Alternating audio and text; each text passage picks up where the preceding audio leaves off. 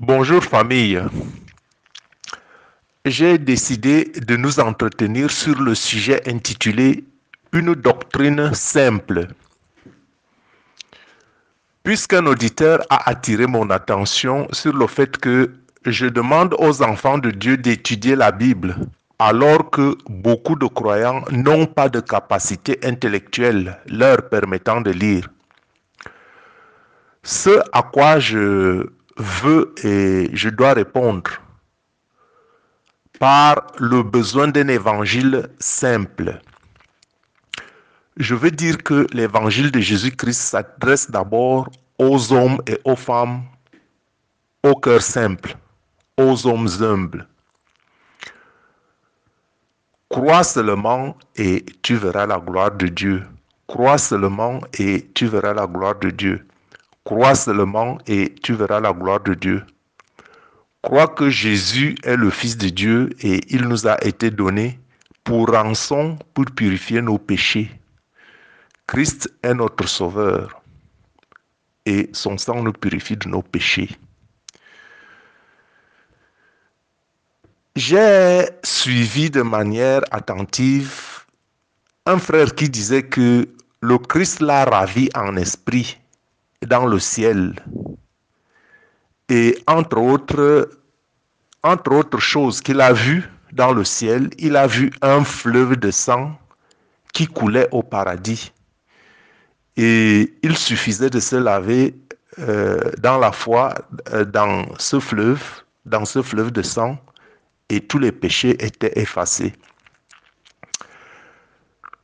Comme le Seigneur lui-même dit dans sa parole, en Ésaïe au chapitre 1, versets 18 et 19, « Venez et plaidons, dit l'Éternel, si vos péchés sont comme le cramoisi, ils deviendront blancs comme la neige. S'ils sont rouges comme la pourpre, ils deviendront comme la laine.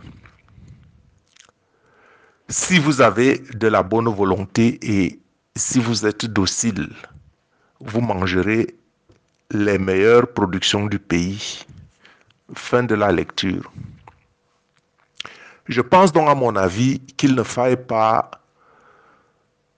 que nous soyons intellectuels pour avoir la bonne volonté. Encore moins fallait-il être intellectuel pour pratiquer les bonnes œuvres, comme nous le relève le verset 17. De toute façon, on a lu tout à l'heure les versets 18 et 19, mais au verset 17 du même chapitre, je lis « Apprenez à faire le bien, recherchez la justice, protégez l'opprimé, faites droit à l'orphelin, défendez la veuve. » Donc, un tel langage est simple. Un tel langage peut comprendre chacun. Un tel langage peut comprendre tout un chacun de nous. De mener une vie agréable, une vie qui plaît à Dieu, en aimant Dieu et en aimant son prochain. Aimer Dieu et lui faire entièrement confiance, quelle qu'est notre situation. Le plus grand problème est que nous sous-estimons trop souvent qui est Dieu.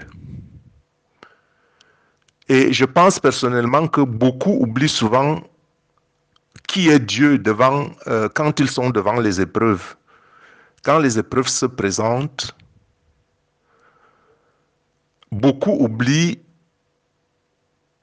ce que Dieu représente pour nous. Et surtout, nous oublions trop souvent son amour infini et sa puissance illimitée. Nous dérapons trop vite et nous cédons à la panique, nous cédons à la peur.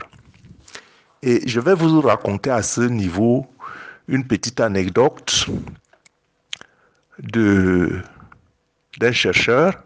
C'est un chercheur qui travaille avec les animaux, mais il travaille beaucoup plus avec les lions. Et il a mené une expérience un jour. Quand j'ai vu ça, ça a fait monter un cran d'adrénaline. Bon, qu'est-ce qu'il se fait, qu'est-ce qui se passe, qu'est-ce qu'il fait?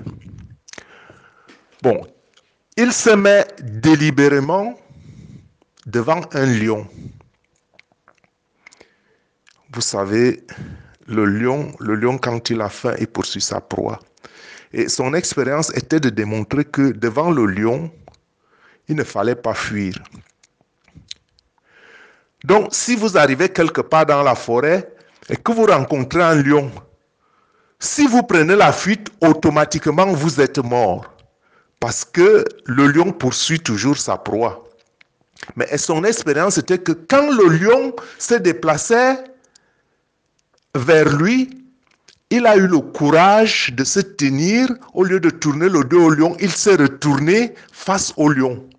Et subitement, au lieu que le lion le poursuive, le lion s'est arrêté. Et qu'est-ce qu'il a fait? Il a expliqué que si vous êtes dans cette situation, si vous rencontrez un lion dans la forêt, au lieu que vous preniez la panique et que vous fuyez, parce que la panique et la fuite, cela veut dire tout de suite que vous êtes mort parce que le lion va vous poursuivre, va vous attraper et va vous broyer. Mais que si vous vous tournez face au lion qui veut vous poursuivre, vous arrêtez, que vous avez le courage, vous avez une chance sur 99 de survivre. Parce que vous montrez au lion le courage que vous ne le fuyez pas. Donc, vous êtes pour le lion un danger potentiel, même si ce n'est vraiment pas le cas dans la réalité. Et il a expliqué que il y a deux choses. La première chose, c'est de ne pas avoir la panique de fuir, parce que si vous fuyez, vous êtes mort. Et puis maintenant, la deuxième stratégie, c'est que quand vous vous tournez face au lion, il ne faut pas faire des gestes qui sont comme des gestes d'agression. Parce que si vous faites un geste d'agression, le lion se sentira agressé et quand il se sent agressé, il va passer aussi à l'attaque. Donc, la seule chose, c'est de rester calme. Et j'en reviens à mon exposé. Je disais que le problème de trop de croyances, c'est que nous manquons de courage. Or, céder à la peur, c'est ouvrir la voie à Satan, qu'il sache que, bon, cette personne n'a personne derrière, je peux l'agresser. Donc, la peur ouvre la voie à Satan dans nos vies. Ça, c'est une réalité. Je vous le dis, je ne vous demande pas. Je disais donc que dans les problèmes, nous oublions trop souvent que nous avons un Dieu. Quand les épreuves se présentent et nous oublions que Dieu nous soutient et que dans les épreuves, il peut nous aider à augmenter notre foi. Je sais qu'il y a de la souffrance, je sais qu'il y a des épreuves, mais les Écritures disent que nous n'avons pas de tentation qui dépasse ce que nous pouvons supporter. Et c'est pour ça donc que j'ai dit que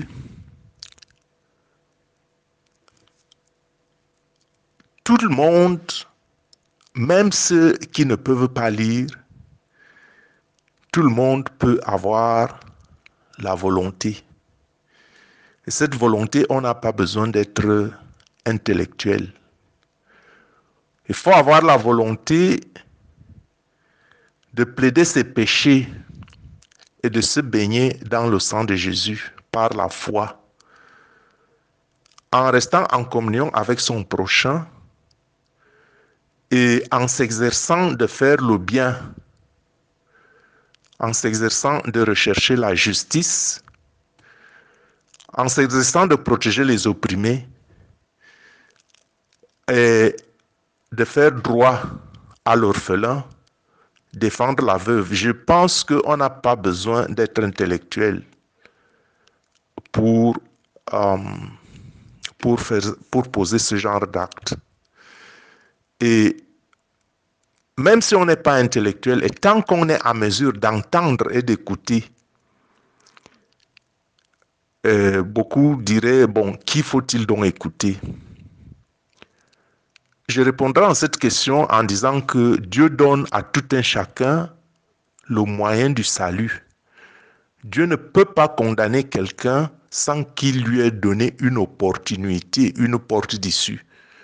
Dieu nous donne toujours des alternatives, mais par notre libre arbitre, nous choisissons toujours. Soit que nous paniquons, nous choisissons de tourner le dos, soit que nous lui montrons la confiance. Donc Dieu ne peut jamais condamner quelqu'un, quel que soit le pire des criminels.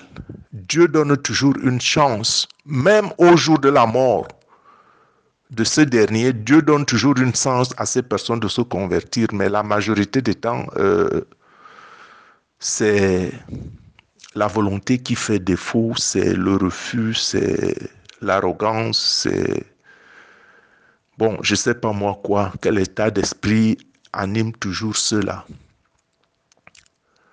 Donc, la parole de Dieu est écrite dans le cœur de tout un chacun. Et je dis que même le plus grand criminel, quand il pose un mauvais acte, il sait qu'il est en train de poser un mauvais acte. Même ceux qui se rebellent, on ne se rebelle pas pour rien. On se rebelle parce que la parole de Dieu est écrite dans le cœur de tout homme et de chaque femme. Je répète qu'on ne se rebelle pas pour rien. C'est à cause de ce qui est écrit dans notre cœur. C'est à cause de cela, c'est pour cela que nous nous rebellons. Donc, tant qu'on entend et qu'on écoute, on peut chercher à intégrer un groupe, on peut chercher un conducteur qui nous comprend et qui nous écoute, un conducteur avec qui nous pouvons converser dans la langue que nous maîtrisions le mieux, et cette langue peut être une langue maternelle, pourquoi pas. En plus, le corps du Christ doit se soutenir et prier les uns pour les autres, et aussi aider les plus faibles. Celui qui ne peut pas écrire est plus faible que celui qui écrit. Celui qui ne peut pas lire est plus faible que celui qui lit. Donc le corps du Christ à ce niveau doit se soutenir. C'est notre devoir en toute humilité. Bon, maintenant, j'ai déjà pointé du doigt à plusieurs reprises ceux qui portent des analyses et des discours intellectuels, philosophiques et théologiques de haut niveau sur la parole de Dieu et sur l'évangile de Jésus-Christ. Et des philosophies, des discours, des analyses, des théologies qui n'ont aucun impact réel sur la vie du croyant. Un impact comme celui de l'onction, de l'action du Saint-Esprit. Action du Saint-Esprit, par exemple, qui a fait parler des disciples de Jésus en d'autres langues. Ils n'avaient jamais appris d'autres langues, mais le fait que le Saint-Esprit est descendu sur eux, ils pouvaient parler d'autres langues. Donc, il s'agit d'ouvrir son cœur à Dieu et d'être à la conquête du Saint-Esprit, puisque c'est le même Saint-Esprit que Jésus a promis à ses disciples qui est à notre disposition. Les disciples de Jésus, par exemple, donc, étaient auprès de leur maître et ont appris beaucoup de choses de lui, de son vivant. Et après son ascension, après sa résurrection, ils ont reçu le Saint-Esprit. Ils ont donc continué leur ministère à l'école du Saint-Esprit. Le Saint-Esprit de Dieu connaît tout. Et voilà pourquoi Jésus dit à ses disciples en Jean au chapitre 16, versets 7 et 8, « Il est avantageux que je m'en aille, car si je m'en vais, si je ne m'en vais pas, le consolateur ne viendra pas vers vous. Mais si je m'en vais, je vous l'enverrai. Et quand il sera venu, il convaincra le monde en ce qui concerne le péché, la justice et le jugement. » Et plus loin,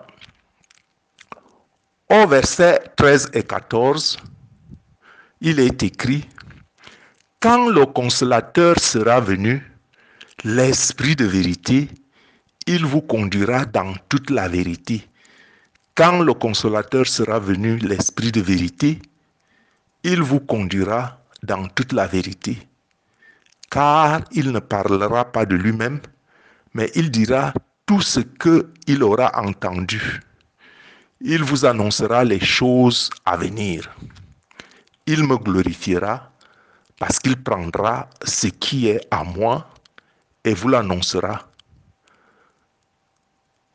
Donc, frères et sœurs, famille en Christ, à ce que je chasse,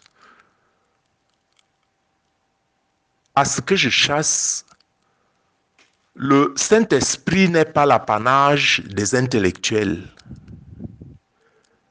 Le Saint-Esprit ne pose pas non plus la condition d'avoir fait des hautes études intellectuelles pour habiter le cœur d'un homme.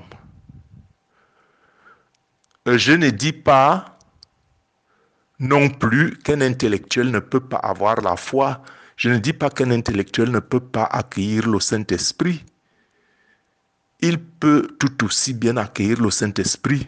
Sinon, le Saint-Esprit règne dans un cœur pur qui recherche la droiture et la justice, parce que Dieu lui-même est justice. Et à cet égard, tous les hommes sont égaux, en ce que Dieu donne le même esprit à tous.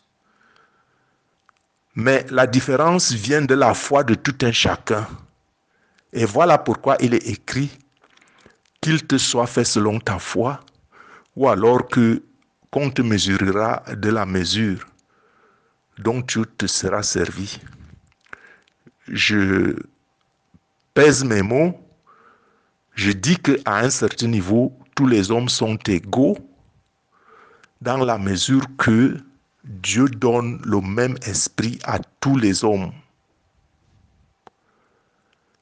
Et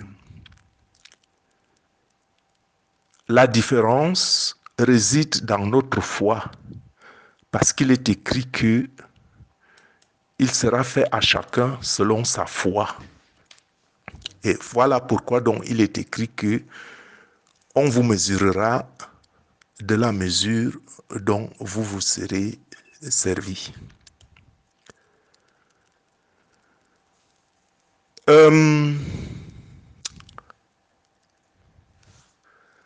Je disais donc que si le Saint-Esprit de Dieu connaît tout,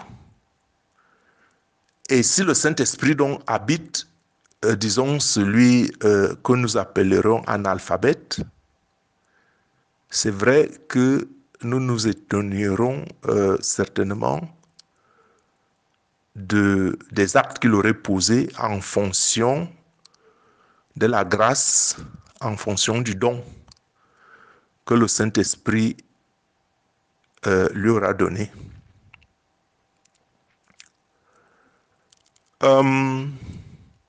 Je dis donc et je répète que tous les hommes sont égaux en ce que Dieu donne le même esprit à tous, mais que la différence vient de la foi de tout un chacun. Les disciples de Jésus n'étaient-ils pas des hommes simples? Et puis même Jésus lui-même, quelle haute formation et de qui a-t-il reçu?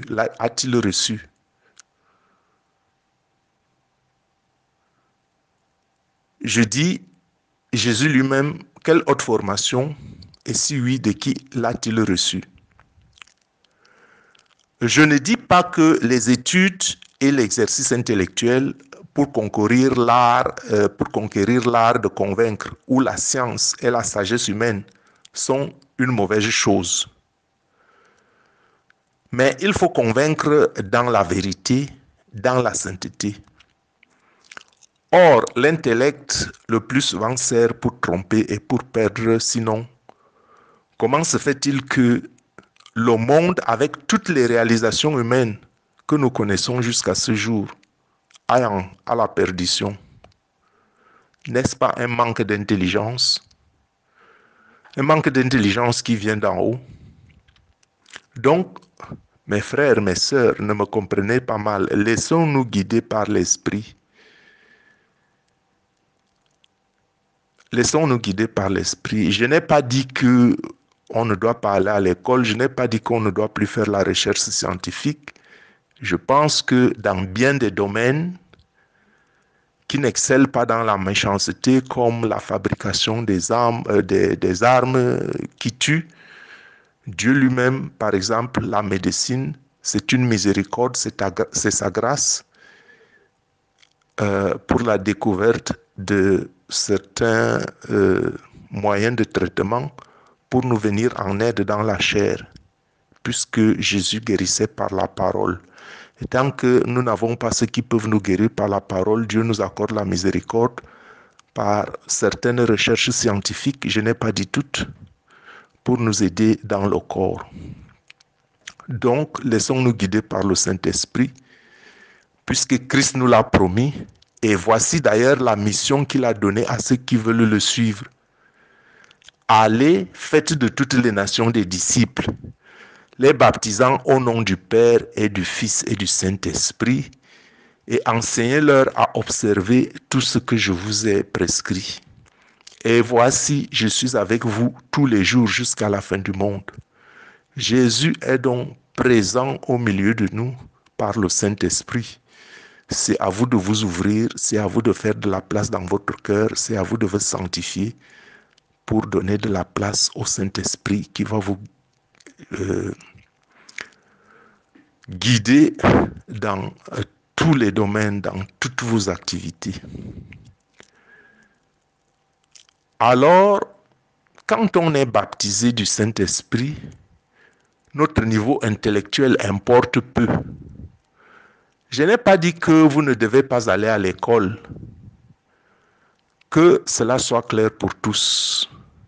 Mais il est écrit, cherchez premièrement le royaume de Dieu et la justice, et toutes les autres choses vous seront données par-dessus. Cherchez premièrement le royaume de Dieu et la justice de Dieu, et toutes les autres choses vous seront données par-dessus. Il n'est pas dit que cherchez d'abord le niveau intellectuel. Comme je l'ai démontré tout à l'heure, j'ai dit que ce n'est pas forcément parce qu'on n'a pas de niveau intellectuel qu'on est désavantagé par rapport aux affaires de Dieu. Le Saint-Esprit descend sur celui qui a un cœur pur, un cœur droit. Frères et sœurs, lisons pour clore ce sujet sur lequel il y a encore plein de choses à dire. Laissons le clore avec la lecture du passage dans Ésaïe chapitre 11 verset 1 à 3. Ce passage dit, « Puis un rameau sortira du tronc d'Isaïe, et un rejeton naîtra de ses racines. L'esprit de l'Éternel reposera sur lui, esprit de sagesse et d'intelligence, esprit de conseil et de force, esprit de connaissance et de crainte de l'Éternel. Il respirera la crainte de l'Éternel. Il ne jugera point sur l'apparence. Il ne juge pas sur l'apparence parce qu'il connaît tout, il connaît la profondeur des choses. Il ne prononcera point un oui-dire, mais il jugera les pauvres avec équité et il prononcera avec droiture sur les malheureux de la terre. Il frappera la terre de sa parole comme d'une verge et du souffle de ses lèvres, il fera mourir le méchant. Et ça, c'est la parole. Donc on n'a pas besoin d'être intellectuel, il suffit d'avoir le Saint-Esprit et c'est le Saint-Esprit qui agit. La justice sera la ceinture de ses flancs et la fidélité, la ceinture de ses reins. Maintenant, prions une courte prière. Par tes bontés et par tes compassions, Seigneur Dieu éternel, accorde-nous ton esprit. Montre-nous le chemin de la droiture, de la justice et de l'humilité dans ta parole et par ta parole. Nous t'en prions au nom tout puissant de Jésus-Christ. Amen. Soyez tous bénis, je vous aime.